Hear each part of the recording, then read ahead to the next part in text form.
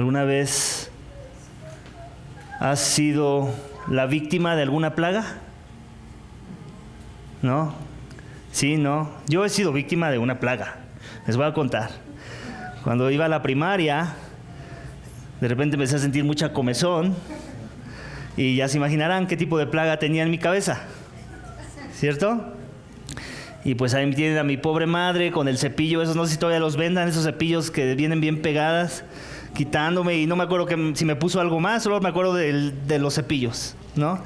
Y bueno, se me quitó la plaga, pero tuve esa plaga, ¿cierto? Y como esas hay todo tipo de plagas. Mireya, ¿tú has tenido una plaga en tu vida? ¿No? Bueno, pues eres una buena candidata para voluntariar. Pasa por favor al frente.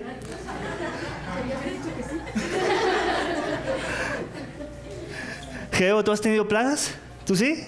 De todos modos, también pásale. No te salvas. No todos hemos experimentado una plaga. Yo ya les dije de la mía. Pero en la Biblia vemos todo tipo de plagas.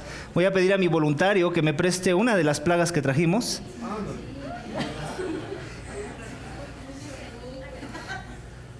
Mira qué bonitas están. Son unas ranitas. Ranitas. Entonces, para que la próxima vez que te pregunten si alguna vez has tenido una plaga, Digo que sí. ya puedes decir que sí. Y lo único que tienes que hacer es poner tus manos así, para que tengas tu primer plaga. Ay, sí. A ver, ven acá. ¿Tú ya has tenido plagas? ¿Tú ya has tenido plagas? Agarra tu plaga. A ver, ¿qué tal que te ponemos la otra? Porque si no, no es una plaga, ¿no? No es una placa. Si no, nada más es una mascotita. Dame más. Aquí está. Aquí está la plaga de Mireya. Una.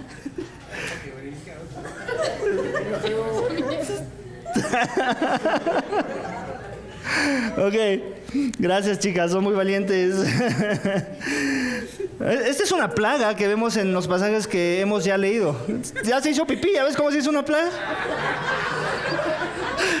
Eso involucra tener plagas, ¿cierto? Todo tipo de cosas que están fuera de nuestro control. Mira, a mí también ya me tocó. Les paso esto, chicos. Ok, quería hacer esto gracioso, qué bueno que lo fue. Pero imagínense esto a la centésima potencia. Imagínense plagas como ranas en su casa con las que van a tener que dormir. Y que como vieron ahorita se hacen pipí y también se hacen popó.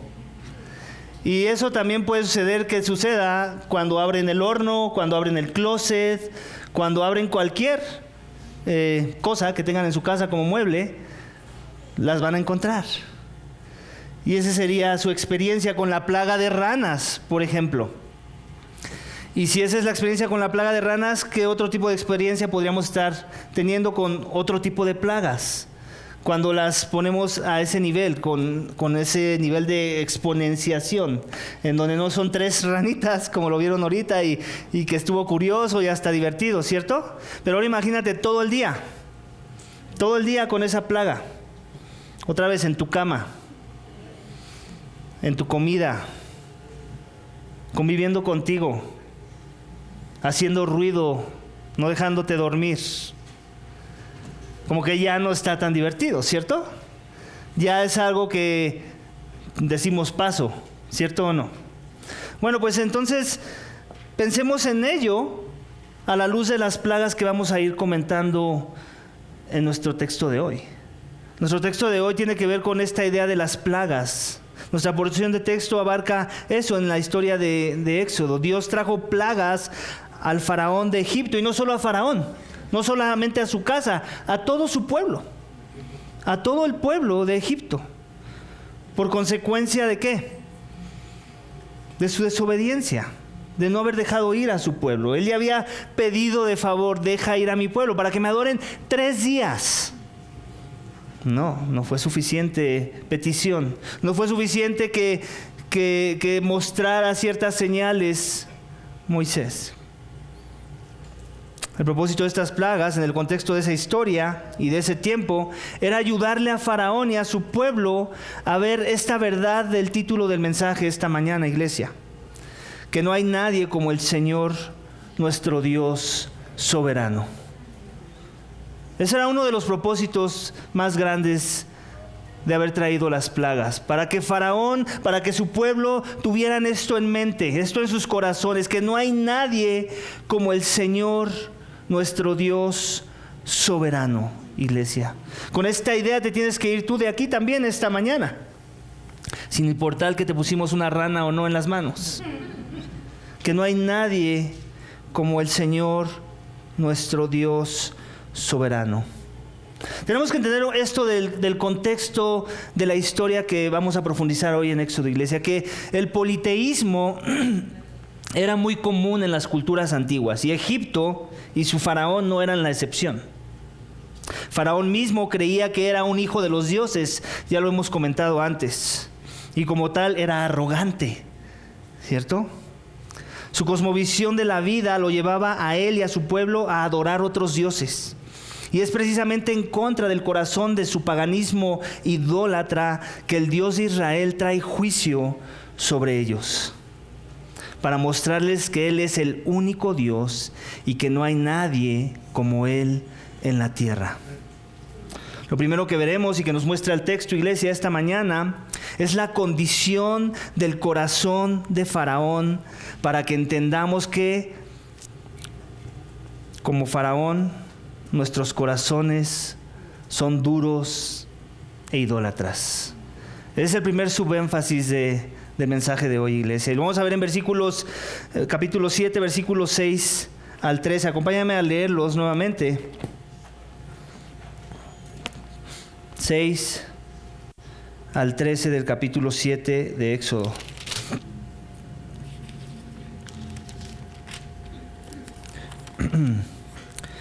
Dice esto: así hizo Moisés y también Aarón, tal como el Señor les mandó. Así lo hicieron. Moisés tenía 80 años y Aarón 83 cuando hablaron a Faraón. El Señor habló a Moisés y a Aarón y les dijo: cuando Faraón les diga, hagan un milagro, entonces dirás a Aarón: toma tu vara, échala delante de Faraón, para que se convierta en serpiente. Vinieron pues Moisés y Aarón a Faraón e hicieron tal como el Señor les había mandado. Aarón echó su vara delante de Faraón y de sus siervos, y ésta se convirtió en serpiente. Entonces Faraón llamó también a sus sabios, a los hechiceros y también a los magos de Egipto. Ellos hicieron lo mismo con sus encantamientos. Cada uno echó su vara, las cuales se convirtieron en serpientes. Pero la vara de Aarón devoró las varas de ellos. Sin embargo, el corazón de Faraón se endureció y no los escuchó, tal como el Señor había dicho. Uno quisiera pensar, ¿cierto?, que tenemos el corazón endurecido y que Dios envía a alguien a hacer un acto de magia, no cualquier acto de magia, sino más bien un milagro de que un pedazo de madera se convierte en serpiente y nosotros veamos eso y entonces nuestro corazón se ha ablandado, ¿cierto o no? Uno quisiera pensar que esa sería nuestra respuesta natural ante tal evento. Eso debería ser la lógica, esa lógica nos debería de llevar a algo así. La realidad es que no fue así y lo vemos en la historia. Faraón no solamente era idólatra, él mismo se creía Dios. Su corazón estaba endurecido a causa de las peticiones de los israelitas. Y cuando ellos vienen, Dios les dice: mira, haz esto. Trata de ponerte en el lugar de Moisés y de Aarón. Sí, cuando hagamos eso, pues ya, ahí va a quedar todo, ¿no? Nos va a dar las llaves y vamos a irnos. Pero no fue ese el resultado. ¿Cuál fue el resultado? Que Faraón llamó a sus hechiceros, a sus magos, para que hicieran la misma obra. Y la Biblia dice que hicieron la misma obra. En otras palabras, tenemos que asumir que hicieron exactamente lo mismo. Agarraron sus varas, las aventaron al suelo y se convierte esto en una serpiente. Muy comúnmente habrán sido cobras, las serpientes. La cobra era un animal que también adoraban los egipcios. La cobra era un animal que estaba aún en el sombrero, en la corona de Faraón. ¿Y qué fue lo que pasó? Que contendieron, ¿cierto? El reino de las tinieblas y el reino de la luz contendieron. Obviamente, ¿quién fue superior? Lo vemos en el texto. El reino de la luz, ¿cierto? La vara de Aarón se tragó las serpientes o la vara de los hechiceros, de los magos. ¿Y esto qué nos manda? ¿Qué nos denota? ¿Qué mensaje nos está mandando? Que Dios es soberano sobre todas las cosas. Él es más poderoso. Él es el todopoderoso, ¿cierto? Él tiene dominio aún sobre el reino de las tinieblas. Es lo que está queriendo transmitir. Y eso hubiera uno pensado, ahí sí, ya eso es suficiente para que Faraón pues ceda a la petición, ¿cierto o no? ¿Fue esa la reacción de Faraón? No, ¿cierto? A pesar de que él vio eso, a pesar de que vio que no solamente el milagro, sino que cómo es que fueron devoradas las serpientes de sus magos, de sus sabios, él no cedió, su corazón seguía duro, dice el texto. Sin embargo, versículo 13, el corazón de Faraón se endureció y no lo escuchó tal como el Señor había dicho. Un corazón endurecido, iglesia, ese es un corazón que no escucha a Dios, ¿sabes? Cuando Dios ya ha sido claro en su palabra, cuando Dios ya ha puesto todo en orden para que nosotros escuchemos y nos resistamos a escuchar, eso habla de un corazón endurecido en nosotros. ¿Alguna vez te ha pasado? A todos nos ha pasado. Hay un sentido en el que todos somos como Faraón. Nuestros corazones son duros e idólatras. Porque la mayoría de las veces, si no es que todas, cuando no escuchamos a Dios en sometimiento a su palabra, es porque hay algo que estamos adorando que no es Él. Y eso que no estamos adorando, la Biblia lo llama un ídolo, ¿sabes? Hay un ídolo en nuestro corazón. Y hay todo tipo de ídolos. No necesariamente son figurillas o estatuillas que hacemos con las manos. Hay ídolos que todavía son más profundos y más severos en esclavizarnos a su señorío. Y pueden ser cosas buenas, ¿sabes? El ídolo de la familia, el ídolo del trabajo, el ídolo del ejercicio, el ídolo de las vacaciones, el ídolo del descanso, el ídolo de la influencia, el ídolo del reconocimiento. Faraón tenía sus ídolos, evidentemente él se creía Dios y por eso no quería dejar ir al pueblo de Israel. Era así como que, ¿cómo que sirve al Señor 3 días? Sírveme a mí. Ustedes están aquí para hacer ladrillos, para que yo construya mi imperio, mi reino. Ese era su ídolo, su persona, su egocentrismo de creerse Dios. Pero nosotros también tenemos nuestros ídolos, ¿cierto? Y si somos del reino, si somos hijos del reino, Dios quiere derrumbar nuestros ídolos, tanto como Él quiso derrumbar los ídolos de Faraón. Y de eso se trata la siguiente parte de la historia, de las plagas. Las plagas no nada más es un castigo, no nada más es sufrimiento para Faraón, su familia y su pueblo. Era una forma de decirle, mira, tus ídolos son nada, son polvo. Yo tengo dominio sobre todas las cosas que tú adoras, sobre todas las cosas en las cuales tú pones tu confianza, en las cuales descansas tu ser. Y eso también nos quiere decir a nosotros Dios esta mañana, iglesia. No pienses que este texto se trata de Faraón y nada más de Faraón hace mucho tiempo atrás. Se trata de ti y de mí esta mañana. Se trata de hacernos esta pregunta: ¿cuáles son mis ídolos como Faraón?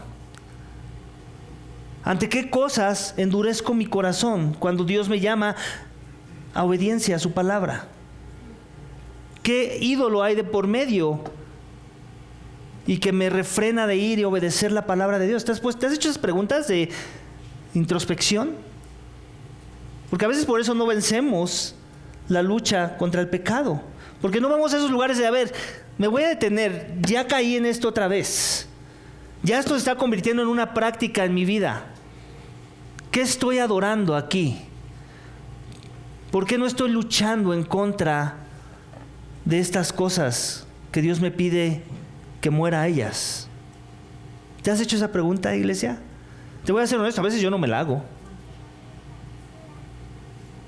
Minimizo, subestimo.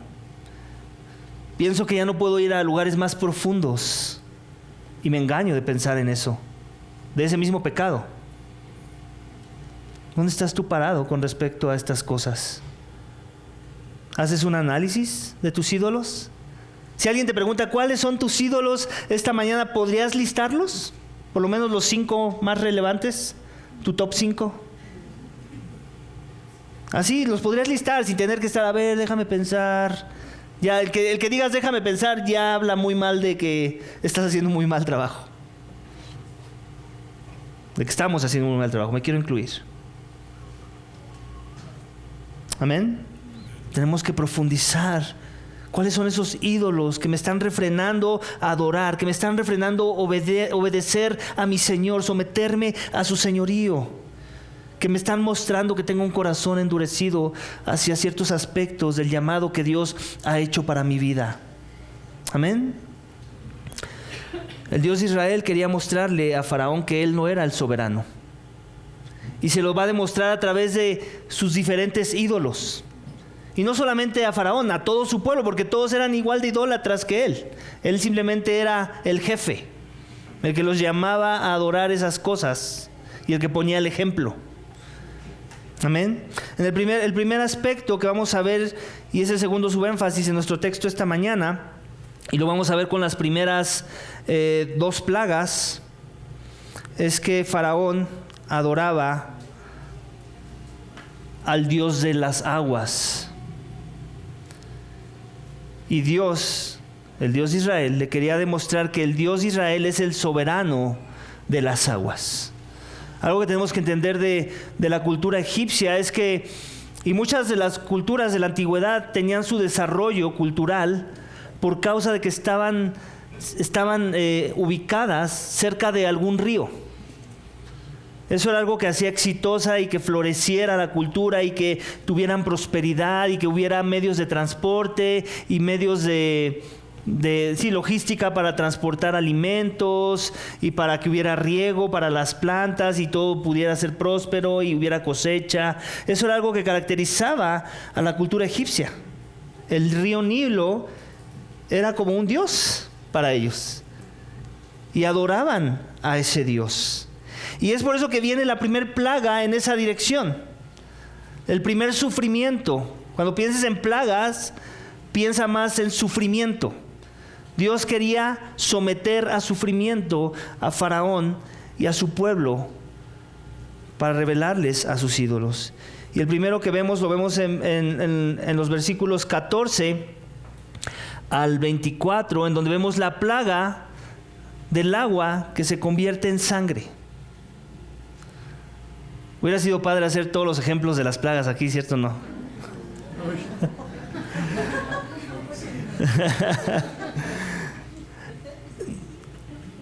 Igual, un milagro, iglesia. Se necesita un milagro para que el agua, el H2O, de repente se convierta a sangre. No sé cuál es la fórmula de la sangre, o no creo que exista. ¿Químicos entre nosotros? ¿Existe?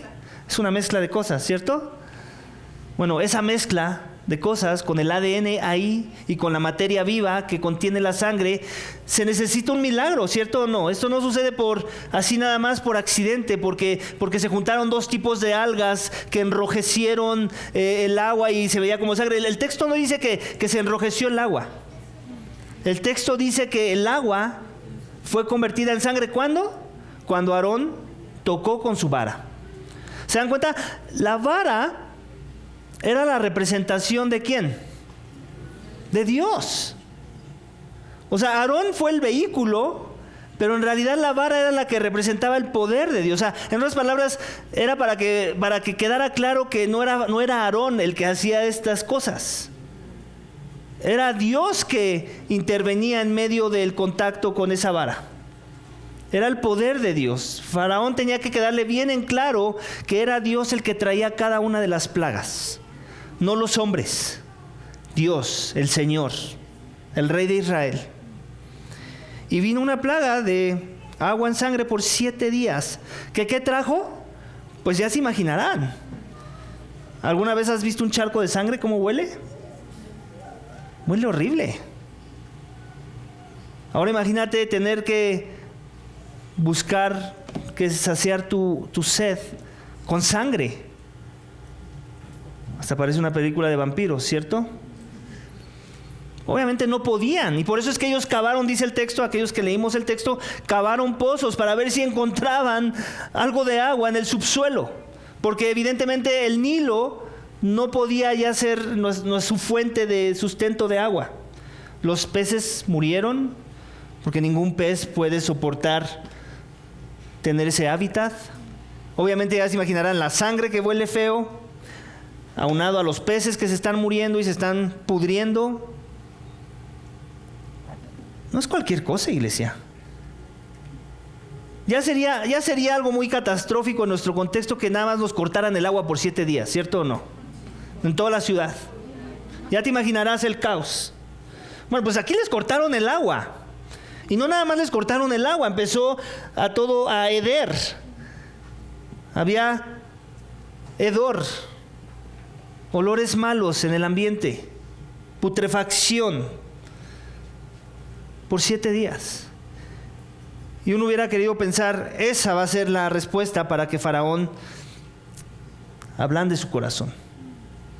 Pues no lo fue. Aún en el versículo 22 dice que los magos hicieron lo mismo. Muy interesante, ¿cierto? O sea, otra vez, el reino de las tinieblas sí tiene un poder, iglesia. A veces lo subestimamos. Pero sí hay un poder. Ahora, obviamente permitido por Dios, pero hay un poder. Y eso es algo que a veces perdemos de vista en nuestra cosmovisión cristiana, ¿cierto o no? En los evangelios podemos ver que hay un poder de lo demoníaco, hay gente siendo poseída por espíritus demoníacos que lo que buscan es matar al hombre, esclavizar al hombre en su pecado. Y aquí el texto nos dice que también el reino de las tinieblas hace sus milagros. Así que no te sorprenda cuando escuchas que iglesias dicen, no, yo vi cuando la persona hizo esto, cuando la persona, Dios le hizo este milagro. Y muchas de las veces esos milagros no vienen de mano de Dios. ¿Y cómo sabes eso? Es bien fácil saberlo. Porque las personas no buscan la santidad. Un milagro de Dios me debería de llevar a someterme a su señorío y buscar la santidad.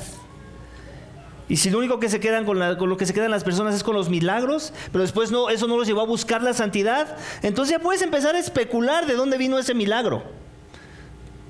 ¿No crees? Que dices, no, yo vi ese milagro. Tenemos que aprender a discernir en esas direcciones, iglesia. Porque si no discernimos así, entonces por eso nos dejamos llevar por cualquier viento de doctrina, dice la palabra de Dios. ¿Cierto o no? El texto nos dice que Faraón endureció su corazón, sin importar que sus discípulos, sus encantadores, hicieron el mismo milagro. Y otra vez quiero aclarar, cuando decimos que Dios endureció su corazón, ¿ok? El versículo 22 lo leemos, dice, entonces se volvió Faraón y entró en su casa sin hacer caso tampoco de esto.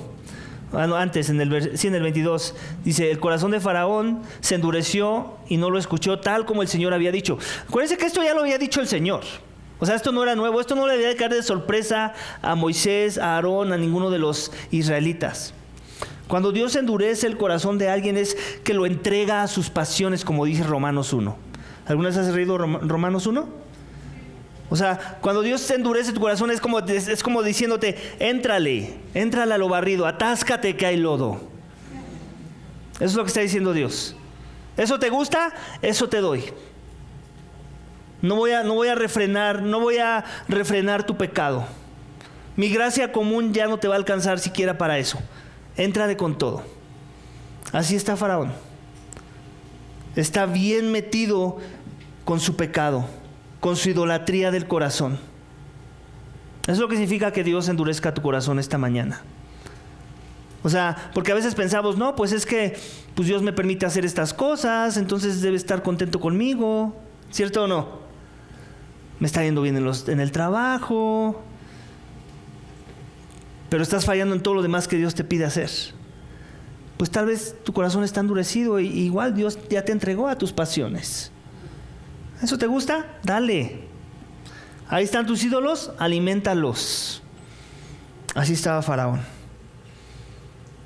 Lo entregó a su pecado. Después vino la siguiente plaga, las ranas. Ya vimos que 3 se ven todavía muy bonitas. Pero ahora ponlas cerca de ti mientras comes. Ahora ponlas cerca de ti mientras te vas a dormir. El ídolo del Nilo, ya dijimos, era un dios de la prosperidad, por decirlo así. Toda la cultura egipcia se desarrollaba alrededor del Nilo. El Nilo era ese lugar en donde ellos encontraban sus recursos para todas las demás cosas que le daban vida a la nación.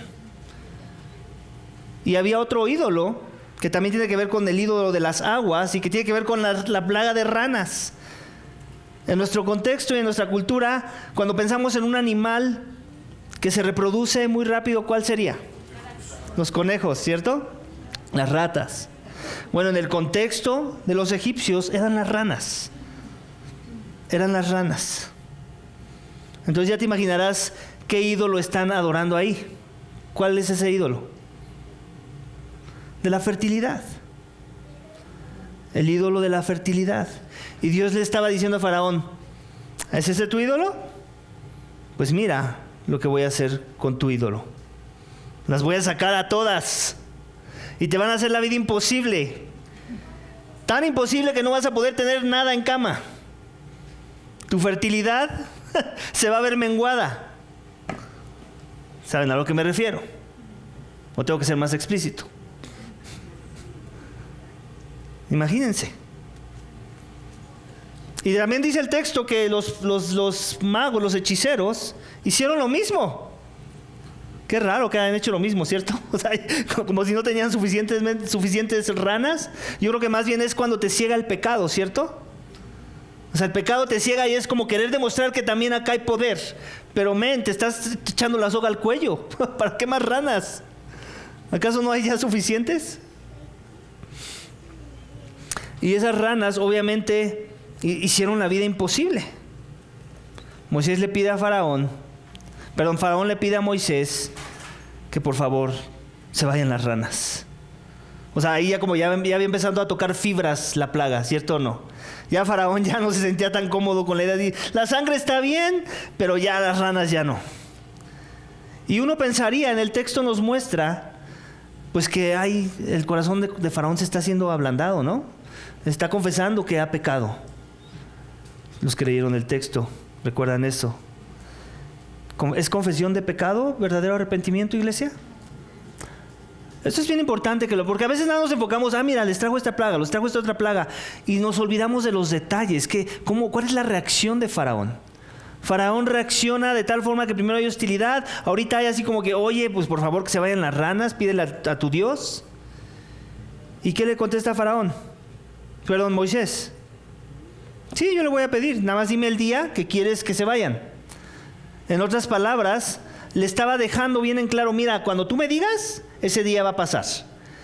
Pero que no te quede la menor duda que esto no fue una coincidencia. Que no fue que hubo una sobrepoblación de ranas, sino que Dios trajo esta plaga. Y el día que tú quieras que se vaya, ese día se va a ir. Yo voy a interceder a Dios. No por ti, esa es la otra que también tenemos que dejar bien en claro. No estaba intercediendo Moisés por Faraón. ¿Cuál era la promesa que Dios le hizo a Moisés? Libertad, ¿cierto? Que iba a dejar ir a su pueblo. Entonces, él sabía que al interceder, muy probablemente entonces lo que venía después era la liberación. Él estaba intercediendo por su pueblo, no por Faraón. Sí, Faraón parecía querer mostrar algún tipo de arrepentimiento, que después vamos a ver que no es verdad. ¿Por qué? Porque nada más confiesa que ha pecado, pero no necesariamente da pasos de arrepentimiento en medio de su pecado. Y eso es algo que tenemos que entender a un nivel muy básico de cómo funciona el arrepentimiento bíblico. Yo he escuchado personas que cuando les preguntas del pecado de alguien o aún de su propio pecado, si ya está arrepentido la persona o si ya se arrepintió esa misma persona. Sí, ya se arrepintió. ¿Por qué? Pues porque confesó su pecado. ¿Es eso arrepentimiento bíblico?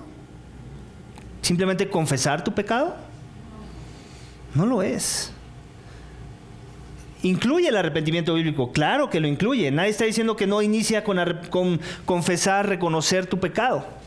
Pero ese no es el ciclo del arrepentimiento, si lo podemos poner en palabras del ciclo de la vida, el ciclo del arrepentimiento. El ciclo del arrepentimiento empieza con sí, reconocer que has pecado, sí, confesarlo a otros, reconocerlo delante de otros, pero después dar pasos hacia la obediencia, ¿cierto o no? Si no hay pasos de obediencia, no importa cuán mal te sentiste por tu pecado, no importa si lloraste por tu pecado, no importa si todo el mundo te vio triste por tu pecado, eso no es arrepentimiento bíblico, iglesia. Lo tenemos que sacar hasta de Éxodo. De Éxodo podemos sacar esos principios, amén. Es importante que crezcamos en ellos, primeramente para que sepamos cuando en verdad estamos nosotros verdaderamente arrepentidos, pero también después ¿para qué? Para poder ayudar a otros, para ver si están verdaderamente arrepentidos por su pecado. Amén. Muy importante entender esto, iglesia. Son los principios que nos tenemos que ir robando de estas plagas. Amén. Dios trajo alivio, versículo 8-9. Pero ¿qué pasó con el corazón de Faraón? Versículo 8-15. Seguía endurecido. Al ver Faraón que había alivio, endureció su corazón y no los escuchó, tal como el Señor había dicho. Ahí está la segunda plaga. ¿De qué sirvió? De nada. El sufrimiento muchas de las veces, iglesias, es otro principio que nos tenemos que llevar del texto esta mañana. El sufrimiento no siempre va a traer como resultado conversión. Muchas veces queremos pensar que así va a ser, ¿cierto o no? Y muchas veces sucede. No estoy diciendo que no suceda, que el sufrimiento traiga como resultado conversión. Pero no es el sufrimiento y nada más. Es el sufrimiento junto con otras cosas que hace Dios para que venga la conversión. Y que tiene que ver con el milagro de la salvación misma. ¿Alguna vez te ha pasado que ves a alguien sufrir, a alguien que sabes que está perdido? A mí me ha pasado que está perdido, que está en el mundo, que está cegado a las cosas de Dios. Y lo ves sufrir, ya sea una enfermedad, ya sea algún tema de familia o de trabajo, y tú dices, ay, esto seguramente lo va a usar Dios. Y a veces parece por un tiempo que sí lo está usando Dios. ¿Te ha pasado? O sea, ves a la persona, a mí me ha pasado temas así, y la persona me dice, no, ya quiero que me disipules, quiero que tú me enseñes los caminos del Señor. Y uno dice, qué padre, Dios está usando esto para quebrar y quebrantar ese corazón duro, porque lo va a empezar a transformar, ¿cierto o no? Y después, oh sorpresa, viene el alivio, y con el alivio continúa el endurecimiento de corazón. ¿Te ha pasado? Yo lo he visto. Yo no sé si alguno aquí entre nosotros esté pasando esto esta mañana. Yo no sé si tal vez ahorita estás buscando a Dios por causa de algún padecer, algún sufrimiento, alguna angustia. Pero en cuanto empieces a ver empiezas a sondear el panorama y empieces a experimentar un poco de alivio en medio de este dolor, de ese sufrimiento, entonces vas a volver a las andadas. Yo no sé si eres tú esta mañana. Tal vez Dios te quiere mostrar que eso no te va a ayudar. Sufrimiento por sí solo no transforma los corazones. Necesitas más que eso. Necesitas la gracia abrumadora de Dios a través de su Espíritu y a través de su palabra y a través de su iglesia local. Eso es lo único que funciona para que el corazón sea transformado. Amén. Vamos a la siguiente plaga. Entonces aquí ya vimos, la primera sección es que Dios es soberano ¿sobre qué? Sobre las aguas. ¿Y qué le mostró a Faraón? Que sus ídolos son nada, son basura. Ahora vamos a la siguiente plaga, en donde vamos a ver esta verdad, que Dios es soberano sobre la tierra. Faraón, la cultura egipcia, al igual que otras culturas, no nada más adoraban elementos de la naturaleza como el agua. No nada más les ponían nombre de dioses, sino también lo hacían con la tierra, de donde provenía, claro que, su sustento también, ¿cierto o no? La cosecha, de lo que se alimentan los animales. Ese no era la excepción con Faraón. De forma que la siguiente plaga que trae para demostrar que Dios es el soberano de la tierra y no Faraón y no sus dioses, es la plaga de piojos, aquellos de los que te platiqué que yo tuve en la primaria. ¿Qué es lo que tuvo que pasar? Lo mismo, la vara, Aarón azotando la tierra. ¿Para qué? Para que la tierra basta, que de por sí ya es, y más en una zona desértica, como es donde se ubica Egipto, pues ya te imaginarás el número de piojos que salieron de ese lugar. Que estuvieron no solamente con Faraón, no solamente con su familia, sino con los animales también. El texto nos dice que aún los animales experimentaron piojos. Ya te imaginarás también la comezón. O sea, ponte a pensar en las implicaciones, no nada más en ya de por sí tener un animal, un agente animal pegado a ti, ya de por sí ya eso es horrorífico, ¿cierto o no? Ahora las secuelas de eso, las consecuencias de tener piojos contigo. La mugre que generan también ellos hacen popó, ¿sabes? Se reproducen también, ¿sabes? Y todo eso, imagínatelo en tu persona, ¿cierto? Los magos quisieron hacer lo mismo, pero esta vez no pudieron, dice el texto. O sea, en otras palabras, otra vez, el reino de las tinieblas tiene poder, pero su poder es limitado. No es que tengan ilimitado sus recursos, sino son limitados. Y eso es algo que tenemos que entender también aún en nuestro contexto. Sí, hay que tener temor a Satanás, hay que tener temor a los agentes de Satanás, pero también con ciertas reservas. El que está con nosotros es más poderoso. Y eso es algo que tenemos que recordar siempre. ¿Ok? Sí hay que tener temor a cosas demoníacas, pero con sus reservas. El que está con nosotros es más poderoso. Y eso es algo que podemos ver también aquí en el texto. Los magos hicieron lo mismo, no pudieron hacerlo. Y aún dijeron a Faraón en el versículo 8, 19 que ellos expresan esto, que esto venía de manos de Dios. En otras palabras, le estaban tratando de decir, Faraón, hasta aquí llegamos. Ya no nos pidas más. Hasta aquí llegó nuestra influencia, nuestro poder. Eso era avergonzar a Faraón, ¿sabes? O sea, el que él llamara a sus sabios, a sus hechiceros, es como llamar a sus sacerdotes. Es como Dios llamando a sus sacerdotes, Dios, para que obren su poder, sus milagros, y después darse cuenta de que hasta ahí llegaron. Tenían límite. Esa es una forma más de humillación. Mira, tus hechiceros esta vez no pudieron replicar la plaga. Amén. ¿Y qué dice el texto? Que su corazón siguió endurecido, que no cumplió la promesa de la plaga anterior. ¿Cierto? Estaba cegado por su pecado. Y todo tiene que ver con también Dios mostrándole que Él es el soberano de la tierra, no Faraón, no sus ídolos, dioses paganos.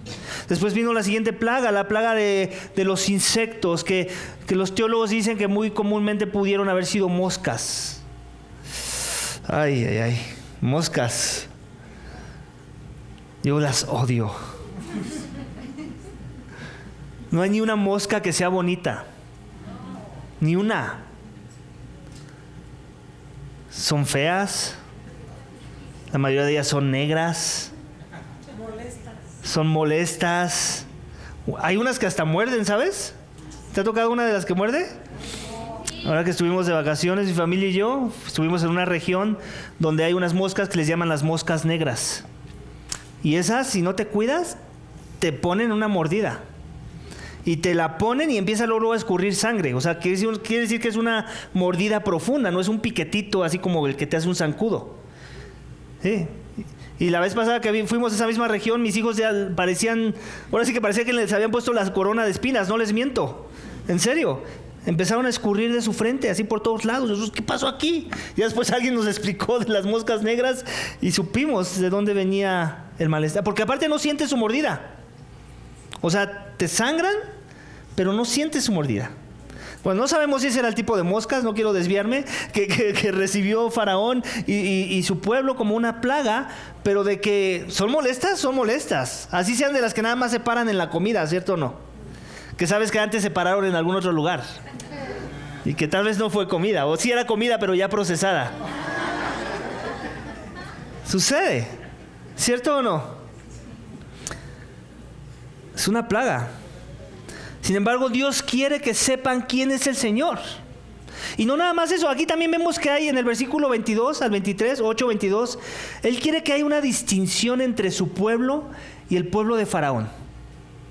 Vamos a leerlo, dice esto: pero en aquel día yo pondré aparte la tierra de Gosén, la tierra en la que mora mi pueblo, para que no haya allí enjambres de insectos, a fin de que sepas que yo, el Señor, estoy en medio de la tierra. Yo haré distinción entre mi pueblo y tu pueblo. Mañana tendrá lugar esta señal. Eso es algo bien bonito, iglesia. Dios hace acepción de personas. Sí, es cierto, hay versículos bíblicos donde dice que no hace acepción de personas, como cuando vamos a Santiago, ¿cierto? Pero ahí en ese contexto, ¿a qué se refiere? Al trato que debemos estar buscando dar a las personas. En cuanto a, si decimos ser cristianos, no podemos tratar mejor a este cristiano que a este otro cristiano. A eso se refiere en Santiago. Pero en cuanto a la salvación, sí hace acepción de personas. Dios tiene, y lo vamos a ver más adelante, Dios tiene misericordia de quien tiene misericordia. ¿Cierto o no?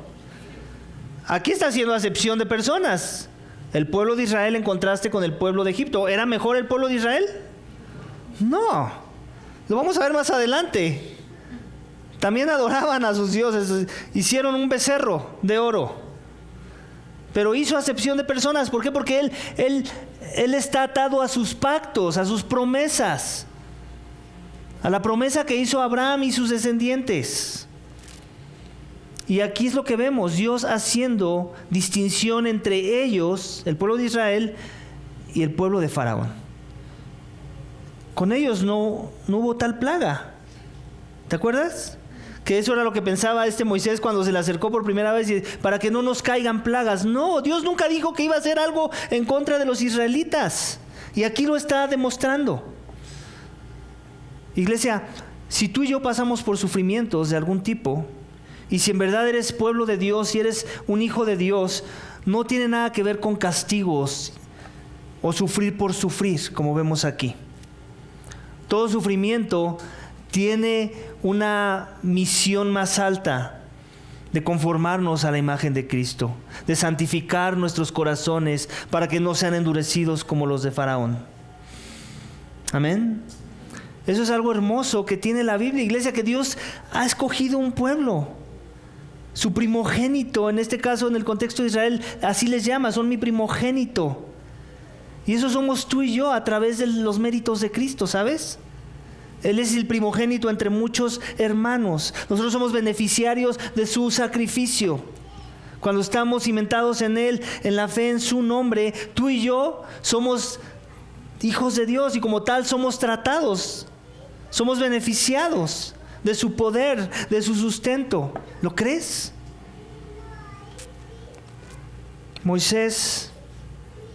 Faraón dijo que los dejaría ir en esta ocasión, versículo 25.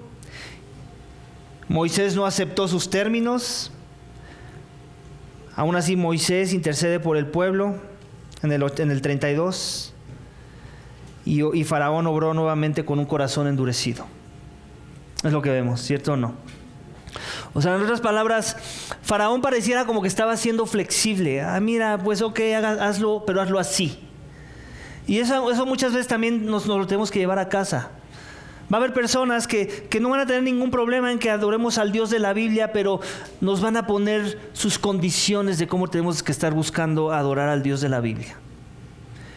Y van a ser personas de todo tipo. Gente que es de nuestra casa, gente que no es de nuestra casa, gente que es de nuestro trabajo, gente que es del gimnasio tal vez, de donde sea, donde te encuentres parado. Muchas veces hasta dentro de la misma iglesia, ¿sabes? Va a haber personas que se dicen ser cristianos y que nos van a decir, adoremos a Dios, pero así, si no, no. ¿Y nosotros qué vamos a hacer? ¿Ceder? No. Nosotros vamos a ir al libro. ¿Qué dice el libro? Si el libro dice que así hay que adorar, si el libro dice que así hay que vivir las implicaciones del Evangelio, entonces yo me someto al libro y no a la preferencia de la mayoría. Amén. Es muy importante que entendamos esto. Muy, muy importante, iglesia. Vamos a la siguiente peste. Bueno, la siguiente plaga, que es la peste, en donde vemos que Dios otra vez hizo distinción entre el ganado de Israel y el ganado de los egipcios. Muy interesante la distinción. Y en el versículo 9:7 vemos que igual el corazón de Faraón estaba endurecido. Ponte a pensar otra vez, la tierra. ¿Cuál es el producto de que haya ganado? De que hay tierra, ¿cierto? De que está floreciendo, de que hay hierba, de que el ganado puede ser alimentado y como consecuencia los animales pueden ser alimentados y como consecuencia los humanos pueden ser alimentados. ¿Cierto o no? Bueno, pues viene la peste. Y eso no sirvió para que Faraón doblara las manos, como decimos por ahí. Ya, o sea, imagínate la peste. Imagínate que cualquier mercado que vas ahorita, todo está echado a perder. Cualquier animal, cualquier granja a nuestro alrededor que fueras, todo está mal, todo se está muriendo. Eso causaría gran conmoción en nuestro tiempo, ¿cierto o no? Más a nosotros en la ciudad. Eso no sirvió para ablandar el corazón de Faraón. El siguiente fue las úlceras, tumores que le llaman aquí, que muchos describen más como un tipo de lepra. Es una lepra que vino como resultado de que agarró, dice el texto, hollín, Aarón, y lo echó frente a Faraón. El hollín es algo así como las cenizas que quedan del carbón. Y ese hollín, pues obviamente se impregnó en el ambiente y trajo, como si fuera un virus, vamos, y trajo este malestar. En la semana estaba viendo el Facebook y no sé si sea verdad o no, porque con eso del IA, la inteligencia artificial, ya ni siquiera sabes qué cosas son verdad y qué no. Pero pasaban que estaba viendo como una tipo, como un patrón de tumores en algunos animales, no me acuerdo en qué región. Y vi la foto de un venado. Se vería horrible. Se vería espantoso, se vería como de película de terror. Y ya te imaginarás ahora en el contexto de la plaga que trajo Dios sobre Egipto. O sea, ponte a pensar ahorita que de repente te empiecen a salir úlceras y que no haya medicamento que te las quite. Que te veas como algo así como un sarnoso. ¿Ok? Como que a nadie de nosotros nos acomodaría una situación así, ¿cierto? Que no haya pomada en las similares que te pueda quitar esa enfermedad. O sea, no eran cualquier tipo de sufrimiento el que estaba padeciendo el pueblo de Egipto. Sin embargo, versículo 9:12, el corazón de Faraón seguía, ¿qué? Endurecido. Hay un énfasis en eso, endurecimiento de corazón. No importa cuánto sufra el pecador, si el Espíritu de Dios no está obrando en ese corazón, no va a cambiar nada. La cosa va a seguir igual. Y Dios otra vez atacando al ídolo, los dioses de la tierra de Faraón. El siguiente subénfasis es que el Dios de Israel es el soberano de los cielos. Otra vez, no nada más adoraban al agua, no nada más tenían sus dioses de la tierra, también tenían sus dioses de los cielos. Y el granizo con fuego pesado con fuego fue uno de las plagas. Todos hemos experimentado una lluvia con granizo, ¿cierto? Cuando sales y ves que está lloviendo muy fuerte y de repente ves que cae el granizo, sí o no, hasta dices, y está cayendo granizo. ¿A poco no? O sea, como que es nuestra forma de decir, y está lloviendo bien fuerte. ¿Cierto o no? Aquí no creo que, no sé si sucede en las regiones en este país, pero hay otros países, en otras regiones, donde el granizo puede llegar a ser tan grande como una pelota de béisbol.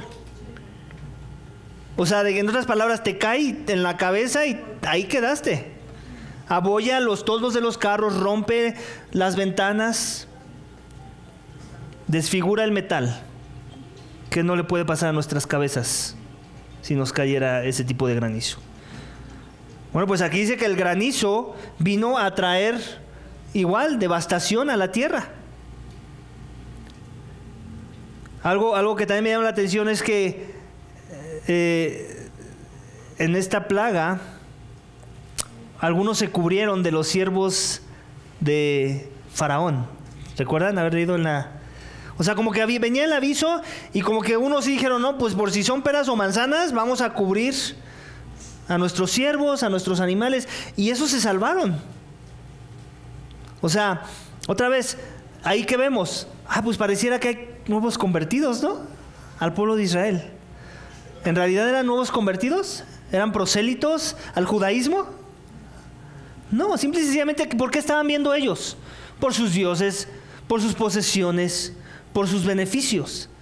Y a veces tú vas a ver eso también. Gente que parece que está obedeciendo y sometiéndose a la voluntad de la palabra de Dios, pero en realidad no es que están buscando a Dios y someterse a su señorío. Están protegiendo algún interés. Y a veces ese interés puede ser meramente religioso, también lo tenemos que aclarar.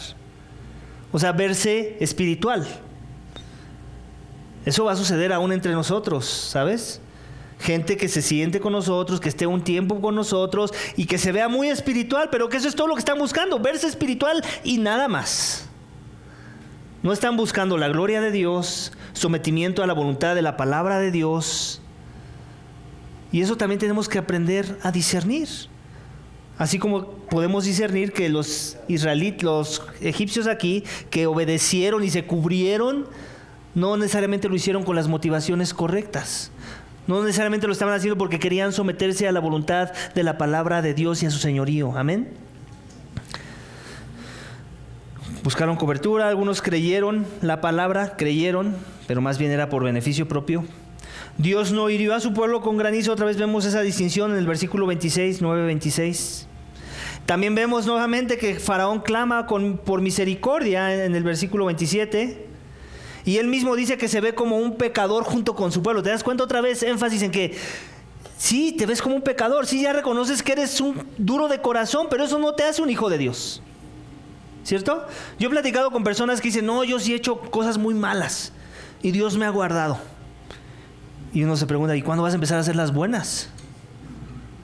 No, o sea, el que me digas, el que seas cínico, porque ni siquiera es que eres honesto, estás siendo cínico en tu maldad.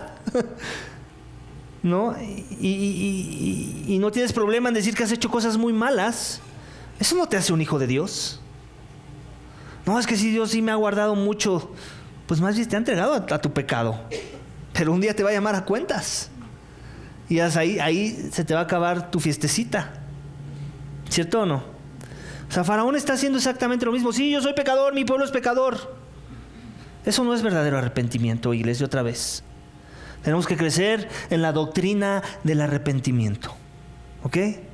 La doctrina del arrepentimiento tiene sus detalles, tiene sus cosas que hay que tener bien claras para que entendamos cuando un corazón está verdaderamente arrepentido. Amén.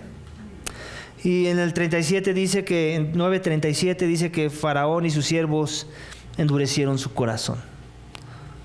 Seguían con su corazón endurecido. Después vino la plaga de las langostas.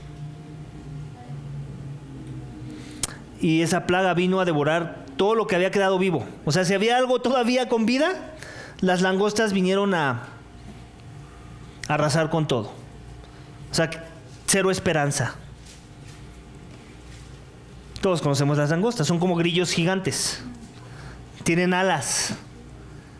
Y cuando llegan a devastar una región, son devastadoras. Ahora imagínense en una cultura que depende mucho de la agricultura.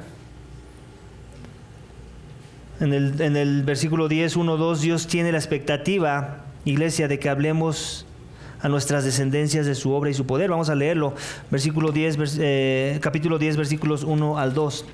Dice: entonces el Señor dijo a Moisés: preséntate a Faraón, porque yo he endurecido su corazón y el corazón de sus siervos para mostrar estas señales mías en medio de ellos, y para que cuentes a tu hijo, a tu nieto, cómo me he burlado de los egipcios y cómo he mostrado mis señales entre ellos, y para que ustedes sepan que yo soy el Señor. Iglesia, este es un principio que se sigue manteniendo hasta nuestros días. Si tú te das cuenta, en la historia del pueblo de Israel en el Antiguo Testamento, mucho de su adoración tenía que ver con voltear atrás a ver lo que Dios hizo cuando los liberó de Egipto. Si tú lees los salmos, muchos de los salmos están entretejidos entre cuando Dios dejó caer las aguas y cuando Dios aventó los carros de Faraón. Todo tenía que ver con voltear a ver atrás lo que Dios había hecho. No solamente lo que Dios es, sino lo que Dios ha hecho. Y así tenemos que seguir siendo tú y yo, iglesia. Ahora tenemos más revelación. No nada más tenemos los carros de Faraón, no nada más tenemos la liberación de Egipto. Tenemos la obra de Cristo. Tenemos su sacrificio. Tenemos su vida, su muerte, su resurrección.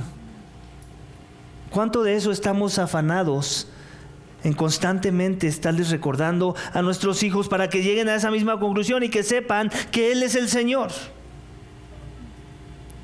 ¿Cómo estamos, padres, haciendo ese trabajo en casa? Primeramente, ¿estamos constantemente recordándolos nosotros mismos? Porque mucho menos pienses que va a pasar que vas a estar haciéndoselos a ellos y tú mismo no estás siendo recordado de esas cosas. Todo inicia conmigo, ¿cierto? Y después se extiende, es en mí y a través de mí. Si no va a ser así, es el orden, pues eres un religioso y nada más.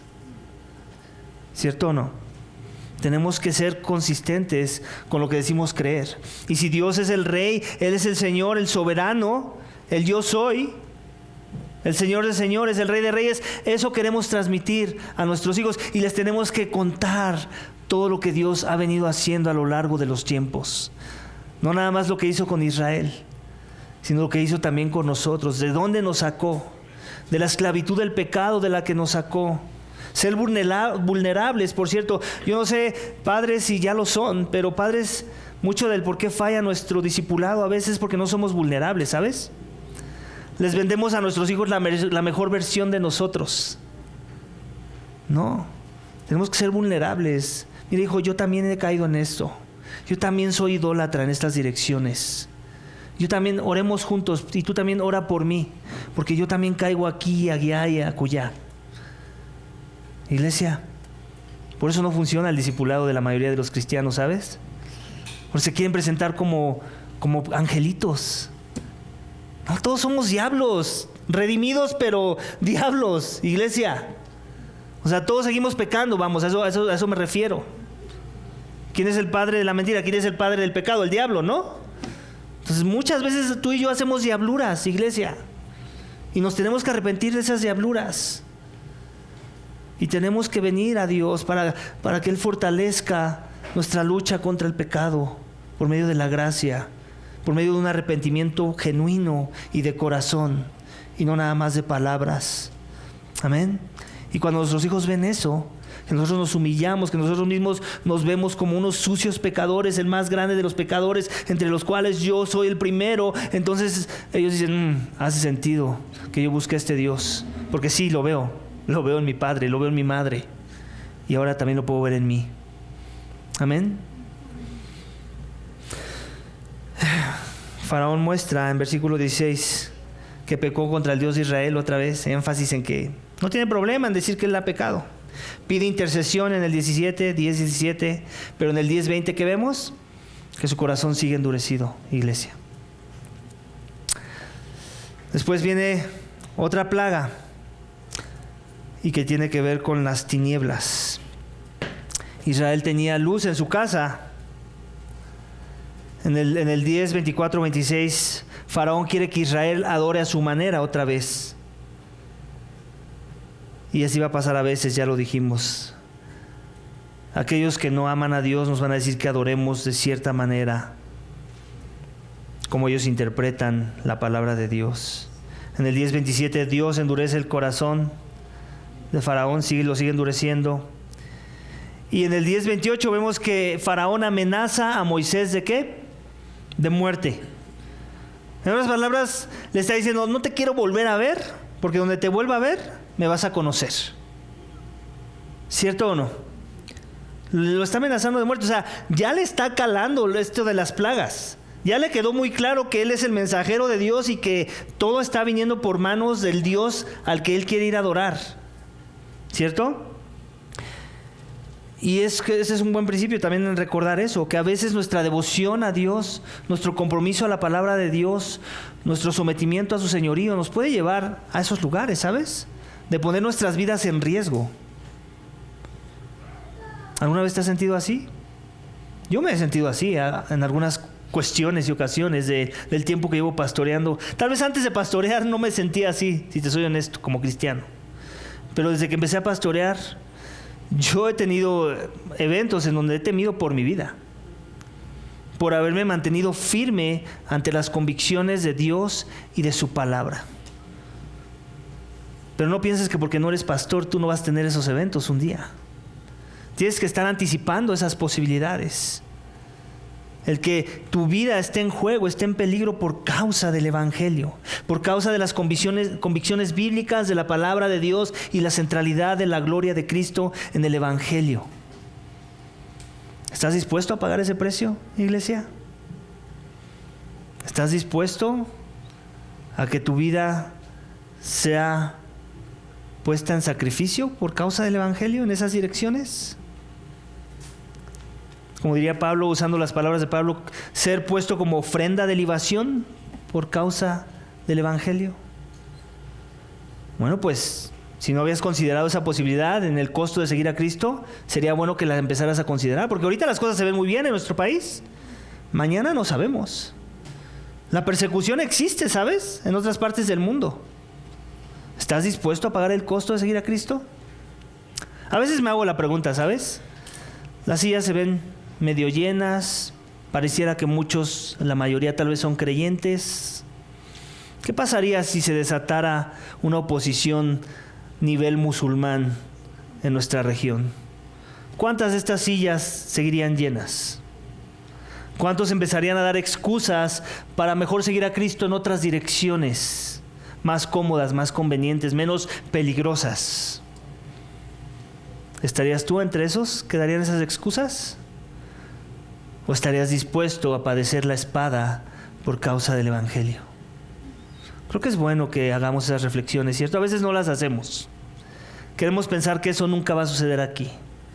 Que aquí siempre todo va a ser amor y felicidad con la 4T, ¿cierto o no? Nos podemos llegar a sorprender, iglesia. Las cosas cambian así. Muchos de los países que ahorita son anticristianos no lo fueron en algún tiempo, ¿sabes?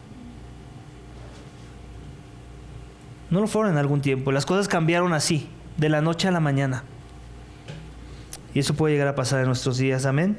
Por último, yo sé que ya fue un sermón muy largo, aguántenme, ya es el último punto del sermón. Vamos a ver que el Dios de Israel es el Dios de la vida. Ya vimos que es el de las aguas, el de la tierra, el del aire, con las langostas y con la otra plaga de las tinieblas. Bueno, por cierto, la plaga de las tinieblas no era cualquier plaga. ¿Alguna vez has estado en un lugar oscuro, donde no ves nada a menos de 1 metro de distancia? Es horrible. Es horrible. Digo, y no tienes que ir a ese lugar para imaginártelo, nada más cierra los ojos y ya estás en ese lugar. ¿Cierto o no? Ahora imagínatelo por todo el tiempo, o sea, que no puedas moverte a ningún lado porque no sabes si te vas a tropezar, si vas a caer en un hoyo, en una zanja, si te va a cornear un animal. ¿Cierto? O sea, ya a estas alturas ya el pueblo de Egipto ya deberías de haber pensado, ya ríndanse. Ya Faraón, ya, tregua. No, corazón endurecido por el pecado, tan endurecido que ahora amenazo de muerte al enviado de Dios. Qué peligro, ¿cierto? Qué peligro estar parado ahí. Y por último vamos a ver, y esto ya nada más a manera de introducción, porque no vamos a entrar en la parte donde ya Dios ejecuta esa plaga o ese sufrimiento, es que Dios es soberano sobre la vida y no Faraón. Faraón piensa que tiene el control de la vida de los israelitas y aún de los egipcios mismos. Pero Dios le va a demostrar que no es así. Dios revela a Moisés sobre un despojo primeramente, que ya también había anunciado, ¿cierto? Que cuando se fueran ellos iban a despojar a los egipcios de sus posesiones, de sus riquezas. Y no solo eso, sino que Moisés le advierte en esta ocasión, una vez más, de una plaga final. Lo vemos en versículos 11, del 4 al 8, eso sí lo voy a leer, vamos a leerlo juntos. En donde vemos que Moisés dijo: así dice el Señor, como a medianoche yo pasaré por toda la tierra de Egipto, y morirá todo primogénito en la tierra de Egipto, desde el primogénito de Faraón, que se sienta en su trono, hasta el primogénito de la sierva que está detrás del molino, también todo primogénito del ganado. Y habrá gran clamor en toda la tierra de Egipto, como nunca antes lo había habido y como nunca más lo habrá. Pero a ninguno de los israelitas, ni siquiera un perro le ladrará, ni a hombre ni a animal, para que ustedes entiendan cómo el Señor hace distinción entre Egipto e Israel. Todos estos sus siervos descenderán a mí y se inclinarán ante mí, diciendo: sal tú y todo el pueblo que te sigue. Y después de esto yo saldré. Y Moisés salió ardiendo en ira de la presencia de Faraón. ¿Por qué salió ardiendo en ira Moisés? Pues porque ya también estaba enojado. Y eso también debería de enojarnos a nosotros, ¿cierto? Cuando vemos el pecado y el corazón endurecido de las personas, si eso no nos lleva a enojo, entonces somos raros, ¿sabes? O sea, si eres un hijo de Dios que estás buscando la santidad de Dios y ves que las personas se endurecen en su corazón después de haber pasado ya muchas cuestiones, eso nos debería de hacer enojar, ¿sabes? O sea, ver un corazón endurecido no debería ser algo a lo que nos acostumbremos, vamos. Eso es algo a lo que Moisés no se acostumbró y por eso sale enojado. Después de que le está diciendo: oye, aquí va a morir todo el mundo, créeme, ya pasó todo lo que ya te dije, por favor créeme que esto también va a pasar. Y a él no le importó. ¿Qué habla de eso? Desde un corazón endurecido. Y a cualquiera lo debería de llevar al enojo. Y es lo que vemos en la vida de Moisés. Moisés le advierte de la plaga que se avecina, una plaga que se iba a pegar, pero en el fondo del corazón de Faraón, y que va a ser con la cual Dios va a liberar a su pueblo. Mientras tanto, el corazón de Faraón sigue endurecido, y lo vemos en versículo 10. Por eso le pedí a nuestra hermana que leyera los 2 últimos versículos de este capítulo. Entonces el Señor dijo a Moisés: Faraón no los escuchará, para que mis maravillas se multipliquen en la tierra de Egipto. Moisés y Aarón hicieron todas estas maravillas en presencia de Faraón. Con todo, el Señor endureció el corazón de Faraón, y éste no dejó salir de su tierra a los israelitas. Iglesia, el corazón de Faraón no es diferente a tu corazón o a mi corazón. Si tú y yo no estamos en Cristo esta mañana, tenemos el mismo corazón, ¿sabes? La única diferencia es que tú no eres Faraón, pero sí tienes algo en común con Faraón si no estás en Cristo. Tu corazón está endurecido y necesitas que obre la misma gracia que Faraón necesitaba que obrara en su ser para que él pudiera obedecer a Dios y a su palabra. Así es que con esto también te quiero compartir el evangelio a aquellos que no son de Cristo aún. Yo no sé dónde estás parado, hay muchas caras nuevas y eso me anima siempre. Pero no quiero asumir que todas las caras que están aquí presentes, que veo desde aquí arriba, en verdad ya son de Cristo. Quiero considerar la posibilidad de que exista por lo menos una, o más de una, que no lo sea. Y que si eso es verdad, entonces quiero que sepas esto que nos enseña la palabra hoy, que tu corazón es duro como el de Faraón. Y que lo único que lo va a ablandar no va a ser nada que no sea un milagro, que es el milagro de la salvación. Y el único milagro ya sucedió. Que Cristo no envió una plaga, sino envió a su Hijo. El Dios hombre. El Dios perfecto que se hizo hombre y que vivió la vida perfecta que tú y yo no pudimos vivir. Que padeció el castigo que tú y yo merecíamos. Que recibió la ira más grande que cualquier plaga, que es la ira de su Padre. Y que la llevó en nuestro lugar para que nosotros no la lleváramos por la eternidad. Y es por medio de fe y arrepentimiento en su nombre, en su persona, que nosotros podemos ser salvos de esa ira. De una ira más grande que cualquier plaga que Faraón o cualquier hombre haya experimentado en esta tierra, que es la ira de Dios. Y lo único que te salva y te rescata de esa ira es si tú descansas en la obra perfecta de ese sacrificio, de ese que dio su vida por el pecado de los hombres, el Hijo de Dios, el Dios hombre. Y es en arrepentimiento y fe a su persona que puede ser salvo y puede ser perdonado y puede ser santificado y puede ser justificado por medio de la obra de Cristo en la cruz. Así que ven a Él si aún no le conoces. Si tu corazón es duro como el de Faraón, ¿qué estás esperando? Cristo lo puede ablandar. Esa es la promesa que vemos en Ezequiel 36:24, ¿sabes? No lo voy a leer, pero anótalo.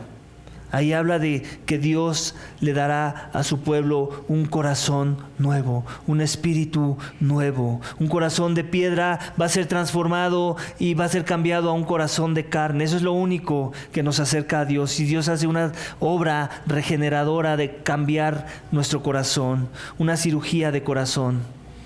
Ese es el llamado esta mañana. Si aún no le conoces, ven a Jesús. Él es tu única esperanza. No hay nadie como el Señor, nuestro Dios soberano. Amén, iglesia. Y espero, y mi oración es esa, que todos los que estamos aquí no solamente digamos amén de palabra como Faraón, sino que nuestro amén sea de un corazón circuncidado por el Evangelio de nuestro Señor Jesucristo. Amén. Vamos a orar. Padre, te damos gracias por tu palabra hoy. Gracias porque a través de esta historia de las plagas, tú nos muestras la realidad de la condición humana. Cómo es que nosotros no somos mejores que Faraón, que nosotros tenemos ídolos, tal vez hasta más ídolos de los que Faraón tenía, Señor, con tanta idolatría de la cultura y el cúmulo de idolatría que ha venido por los siglos y que ahora nosotros tenemos en esta época, Señor. Ídolos tan sutiles que a veces hasta queremos llamar como cosas buenas, Señor, pero que al final son ídolos cuando están obstaculizando nuestra adoración y nuestra entrega a ti, Señor, nuestra devoción a tu persona y ponerte a ti como nuestra prioridad. Señor, perdónanos por la idolatría, Señor. Gracias por Cristo y por su sacrificio, porque Él es el Señor, Él es el Dios soberano que vino a clamar todo y reclamarlo todo para sí mismo, Señor, y que como precio dio su sangre misma, Señor. No la sangre del Nilo, no la sangre de ningún animal, sino la sangre del Cordero que quita los pecados del mundo. Es esa sangre que nos compra, esa sangre que nos limpia y esa sangre que nos redime para que podamos vivir para tu gloria, Señor. Ciudadanos de tu reino, Señor, bajo tu señorío, y entonces podamos confesar que no hay Dios tan grande como tú, Señor, que tú eres el Rey de reyes y Señor de señores, el único digno de ser adorado, Señor. Perdónanos por la idolatría de nuestros corazones cuando no vivimos eso, Señor. Ayúdanos a salir de ahí, Señor, a ser intencionales y a recordar que el llamado es al arrepentimiento y a la fe, al continuo arrepentimiento y a la continua fe en la obra de Cristo, Señor, y que solo a través de ese sacrificio nuestros corazones serán transformados. Todo esto te pedimos y te damos gracias en el nombre de tu Hijo amado Cristo Jesús. Amén. Amén.